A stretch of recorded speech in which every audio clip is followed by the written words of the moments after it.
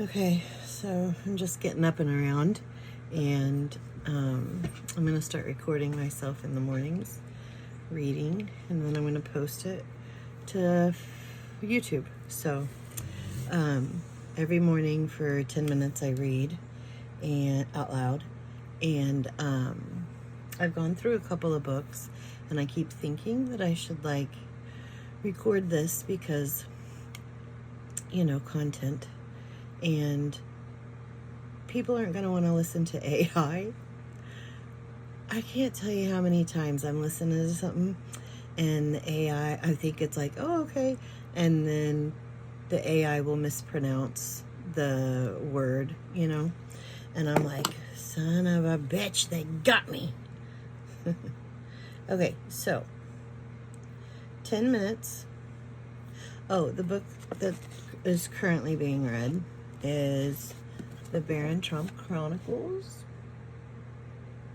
I heard about this book pre-election, and just the whole premise of the thing was really interesting, so I thought I'd read it. Okay, did I hit start? No. Page 108.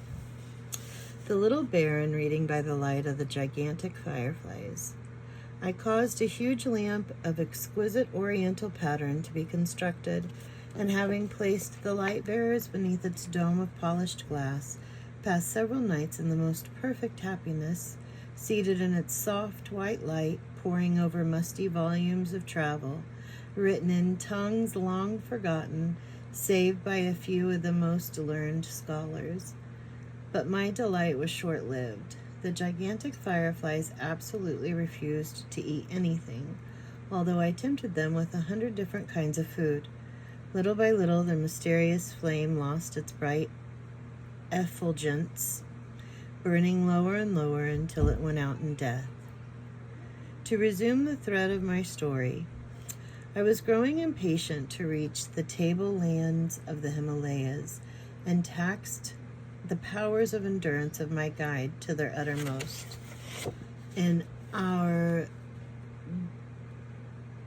I was just bitching about AI. Bivouacs.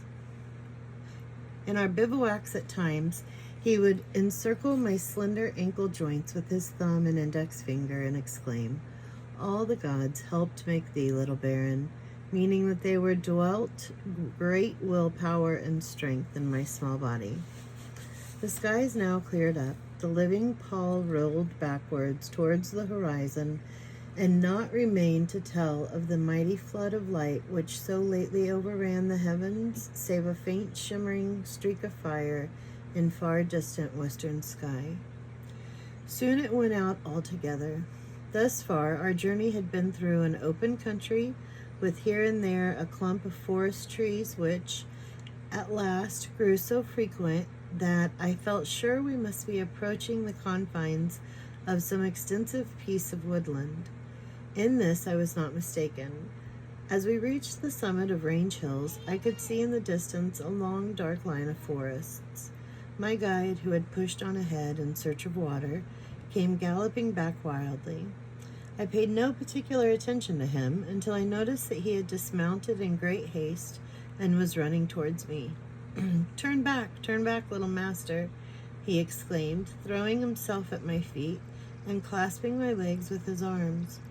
"Enter not in the Palin Ma Talin, home of darkness. 100 pilgrims have laid their bones in the moss-grown depths of the great gloomy forest. It is as pathless as the ocean. It is as silent as death. It is as limitless as the heavens. Nor man nor beast can breathe its cool, moist air and live. Turn back, I beseech thee, little baron. Tempt not the Palin Ma Talin." "Palin Ma Talin? Palin Ma Talin?" I repeated, as if awakening from a dream. "Why, it must be. Aye, there can be no doubt of it. The great Aryan forest, in which Aryan forest, in which countless centuries ago the human race, having abandoned their holes in the clay banks, first learned to hunt the wild beast, feed on his flesh, and clothe themselves in his skins. In my joy at this discovery, I threw a handful of gold pieces into the lap of my astonished guide. Bulger, always ready to share my happiness, came bounding to my side, barking loud and shrill. To my infinite surprise, the answering bark of a dog came floating on the morning breeze.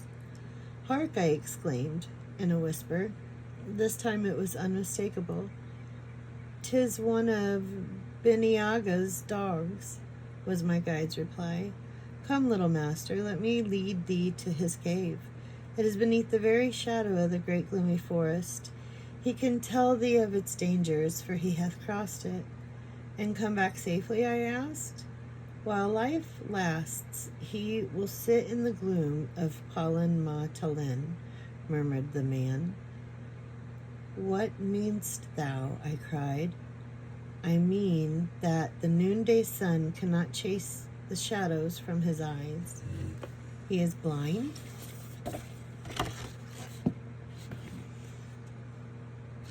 Page 110. "Aye, little master, blind," was the guide's reply. "And yet, save this blind hermit, there lives no human creature who can lead thee safely through the great gloomy forest." "Have done thy jesting?" I cried. "Nope. Have done with thy jesting?" I cried. "Nay, little master," was the man's answer.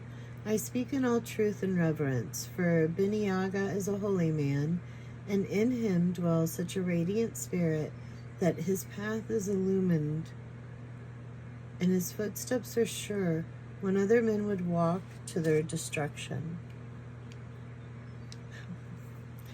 "Oh, lead me to him," I exclaimed, with ill-concealed joy. "1,000 pieces of gold are thine, if the blind hermit consents to be my guide." 1,000 pieces of gold?" repeated the guide, with a gleam in his dark eyes. "Aye, little baron, no one can earn that princely reward, excepting thee thyself. Who am I, poor, miserable, ignorant slave that I am, that I should attempt to move this saintly and learned man in thy behalf? He would heed the cry of one of his dogs far more quickly than he would my chatter. Is he so I'm only doing one take. It's going to go through all in one take. Okay.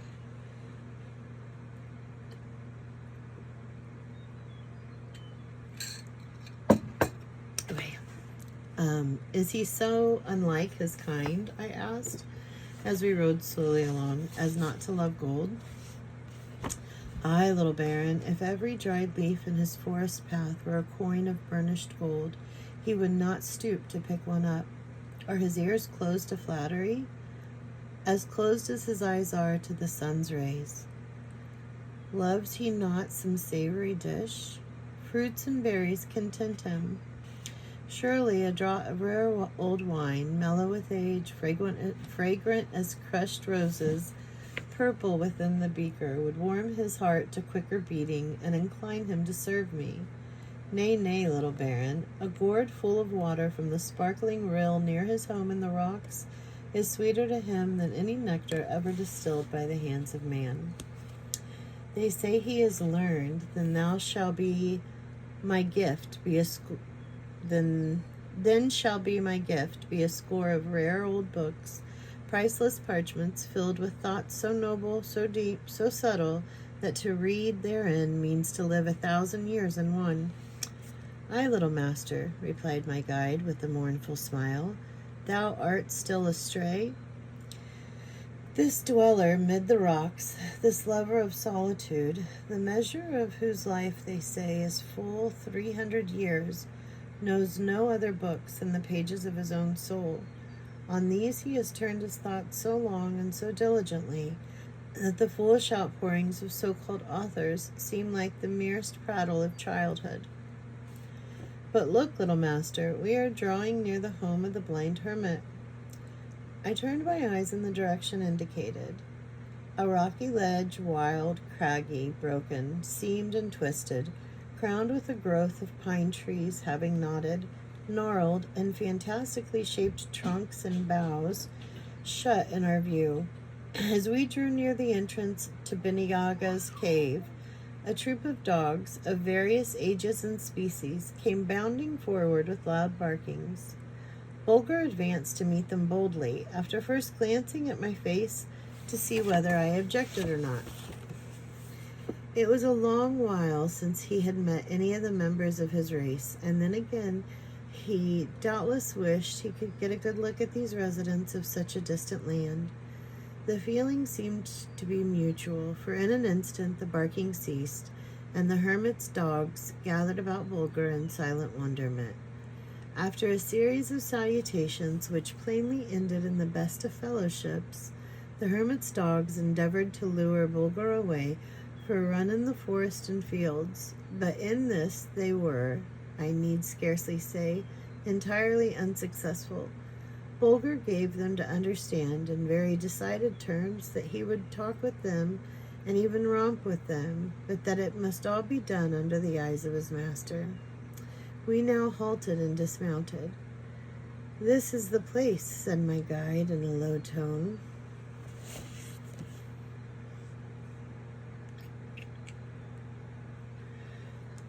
Today was fresh out the bed, pretty much. I did my 10, 10, and 10 and walked the driveway. I did the first part of the 10, 10, and 10. That was the last part. So anyway, I'm going to try reading into the phone every day and then posting it to Facebook, and we shall see. Some days I'll be dressed up. Some days I'll be in my PJs. No makeup. Needing my hair colored terribly. Looking old. So, life, you know?